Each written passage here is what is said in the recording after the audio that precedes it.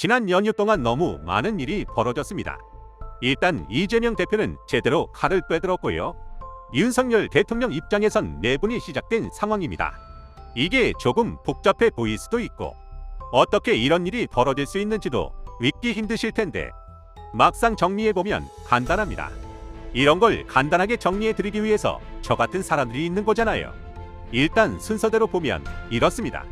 이재명 대표 수사 관련된 내용부터 보면 이재명 대표가 검찰에 허를 제대로 찔렀습니다. 제가 어제 영상에서 뭐라고 말씀드렸나요? 검찰이랑 이재명 대표의 입장과 상황이 완전 정반대라고 말씀드렸죠?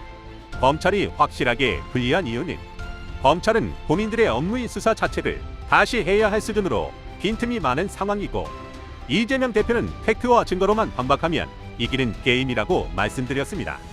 한동훈 장관도 이렇게 말했잖아요. 이재명 대표가 팩트랑 증거로만 싸우면 된다고요.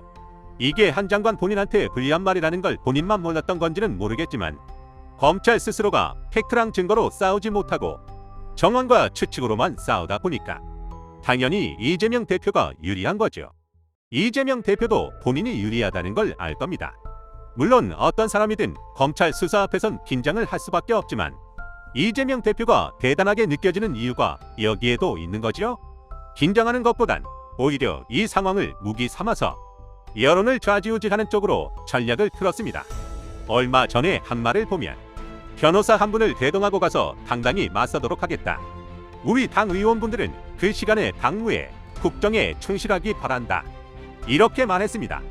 이 말 한마디가 윤석열 대통령과의 차이를 더욱 명확하게 하는 겁니다. 윤 대통령은 당무나 국정이 아니라 본인 사람 지키기, 본인하고 반대되는 사람 압박하기, 한마디로 윤심이 중심이지 민심이 중심인 사람이 아니잖아요. 이재명 대표는 아예 윤 대통령이랑 철저히 반대로 가면 된다고 판단한 거죠. 그래서 검찰이 또 소환 통보를 했음에도 토요일에 출석하겠다는 입장을 밝힌 겁니다. 고사성어로 표현하자면 필마단기의 의지를 드러낸 겁니다. 딱 이재명 대표의 계산대로 흘러가는 게 보이죠? 이재명 대표가 자진 출석을 선언하니까 지지층들이 온 오프라인에서 서초동 결집을 예고했습니다. 이재명 대표가 쏘아올린 작은 공에 범국민적인 움직임이 진행되고 있다는 겁니다. 날짜 선택도 아주 잘했습니다. 토요일을 선택했는데 이게 알고 보면 정말 치밀한 겁니다. 대부분이 토요일을 선택한 이유가 평일에는 일을 하기 위해서 토요일을 선택했다 이렇게 해석하거든요. 이것도 물론 맞는 말이지만 여기서 좀만 더 생각해보면 이재명 대표의 치밀한 전략이라는 걸 눈치챌 수 있습니다. 토요일에 출석하면 다음날이 일요일이잖아요. 이렇게 되면 혐의를 추궁하기도 어렵고 밤샘 조사가 토요일 일요일에는 못하도록 배치돼서 사실상 조사를 하루 만에 마쳐야 하는 상황이라는 거죠. 이재명 대표가 변호사 출신이라 그런 건지는 몰라도 토요일을 선택한 걸 보고 진짜 대단한 전략가라는 걸 다시 한번 느낄 수 있었습니다. 보통 정치인들이 토요일 조사를 선호하는 이유는 여론의 주목도를 낮추기 위함도 있습니다. 왜냐하면 주말에는 취재진 숫자나 관련 기사량이 적으니까. 죄를 저지른 정치인들은 토요일을 선호했습니다. 그런데 이재명 대표의 토요일 선택은 완전 다른 전략이라는 거죠. 정치 탄압 프레임 효과를 극대화하기 위한 선택으로 볼 수 있는 겁니다. 이래서 대단한 전략가라는 거죠.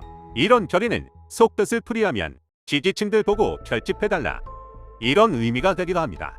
이미 이재명 대표의 발표를 들은 지지 단체들은 서초동 총집결을 예고했고 민주당 의원들도 여러 가지 발언으로 결집을 유도하고 있습니다. 지금 검찰도 본인들이 불리하다는 걸 아니까 어떻게든 공격 키워드를 만들고 있습니다. 일종의 혐의 다지기 같은 건데 검찰의 주장은 어떤 건가요? 성남FC 후원금 의혹도 문제가 있다고 주장을 하지만 이렇다 할 명분이 없어서 대장동까지 같이 엮어야 한다. 이런 입장이잖아요. 그래서 지금 너무 웃긴 게 이재명 대표를 수사해서 명분을 만드는 게 아니라 지금까지 나왔던 진술 같은 걸 재검토하겠다고 합니다. 진짜 재밌죠?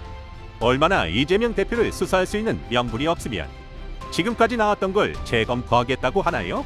이건 그냥 무슨 말이냐면 앞으로 수사에도 나올 게 없으니 지금까지 나왔던 말을 다시 짜 맞추기 하기 위해서 검토하겠다.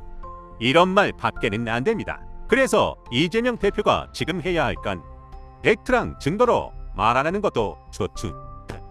여론을 좀 더 흔들어 놓을 필요도 있을 것 같습니다.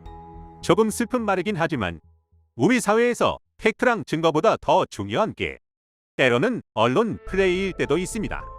사람들은 대부분 자극적인 말로 길들여지고 뒤에 나오는 정정 보도라든가 반박 자료 같은 건 쳐다도 안 보잖아요. 그래서 지금은 팩트랑 증거도 물론 중요하지만 괜히 검찰의 여론 흔들기에 이재명 대표도 흔들리지 않았으면 하는 바람이 있고요. 그 다음은 안철수 씨 관련 내용입니다. 안철수 씨를 보면 그냥 웃음밖에 안 나옵니다. 그냥 한 말씀만 드리자면 이제 정치권에서 내려오는 게 맞지 않나 싶습니다. 솔직히 좀 창피하지 않나요? 한때는 당대표의 대선 장룡으로 불리던 사람이 이제는 윤석열 대통령 나팔수 노릇이나 하고 있으니 이게 얼마나 창피한 일인가요? 지금 안철수 씨가 깨달아야 하는 건 이미 대선의 꿈은 사라졌다는 겁니다. 지금까지 대통령을 지낸 사람치고 정권의 나팔수가 된 사람이 대통령을 한 사람은 거의 없습니다. 나팔수가 됐다는 건 그냥 앞잡이에 불과하다는 소리잖아요. 지금 안철수 씨 스스로의 결집력과 지지율도 완전 위기입니다. 박스권에 갇혀있죠? 신윤인 걸 피내면서 비윤이면서 본인을 지지해주는 사람들한테 반감을 사기 시작했잖아요. 이걸 아주 확실하게 한 게 윤석열 대통령이 UAE 외교 참사를 대놓고 옹호했다는 거죠. 이 말에 얼마나 논리가 없나요? 경제적으로 좋은 성과를 거뒀기 때문에 사과할 필요 없다. 이런 건데 이 말을 듣는 순간 어떤 일이 있어도 이 사람은 대통령을 하면 안 된다는 생각이 들었습니다. 군사적 기밀 협약에 치명적인 스크래치를 냈다는 사실도 무시해버리고 잘못한 걸 인정하지 않아도 된다. 이런 스탠스 아닌가요? 이런 사람이 대통령이 되면 윤 대통령보다 더 했으면 더 했지 덜 하지는 않을 겁니다. 참사가 일어나도 다른 성과가 있기 때문에 괜찮다고 할 사람이거든요. 신년 티를 내는 것 같다가도 윤 대통령을 나경원 씨 때문에 비판했다가도 윤석열 대통령 쪽 분위기가 안 좋으니까 사과할 필요 없다고 옹호하잖아요. 진짜 이건 정치인으로서가 아니라 사람으로서 창피한 겁니다. 본인 지조도 없고 자존심도 없는 사람을 누가 지지하겠어요? 지금 안철수 씨를 보면 어떻게 하고 싶은 건지를 모르겠습니다. 윤 대통령을 옹호하면서 아직 나경원 씨에 대한 옹호 입장을 꺾지는 않았거든요. 김기현 의원이 당을 하나로 묶어내겠다. 철새 정치, 여기 기웃 저기 기웃. 정치인의 삶을 살아오지 않아서 그렇게 말할 충분한 자격이 있다. 이렇게 말하는 와중에 안철수 씨는 연포탕을 외치다가 그 다음 날 갑자기 또 진액상을 외치니까 좀 당혹스럽다 이러고 있습니다. 이건 무슨 말이냐면 예전에도 김장연대를 한다고 했다가 이걸 오랫동안 유지하려고 김치 냉장고를 산다고 했다가 하루 만에 이야기가 바뀌었잖아요. 상황이나 전략에 따라서 자꾸 이야기가 왔다 갔다 바뀌는 것이다. 이렇게 말하고 싶은 겁니다. 그냥 한마디로 본인이 이 상황을 중재하고 싶고 중재자 이미지를 가져가고 싶다 이건데 이건 본인 생각이고요. 아무리 정치적 성향이 안 맞아도 대통령 감은 본인 지조가 강해야 하는데 이건 무슨 어디에 붙기 바쁘니까 대선으로서는 꽝이다. 이걸 본인 스스로 밝혀버린 거나 다름없다고 봅니다. 지금 계속 상황이 이렇다 보니까 윤석열 정부를 향한 민심이 말이 아닙니다. 광주 전남 지역의 더불어민주당 국회의원들이 직접 전한 소식이 있는데 윤석열 정부의 불안한 국정 운영에 대한 우려가 쏟아졌다고 합니다. 어느 정도인지 보니까 심각한 수준입니다. 많은 시민이 윤석열 정부를 쳐다보기 싫을 정도로 실망했다는 말씀을 많이 하셨다고 하고요. 시장에서 만난 할머니가 대통령이 해외에 나가기만 하면 실수를 하니 비행기를 타지 말라고 하실 만큼 현 정부에 대한 실망이 컸다고 합니다.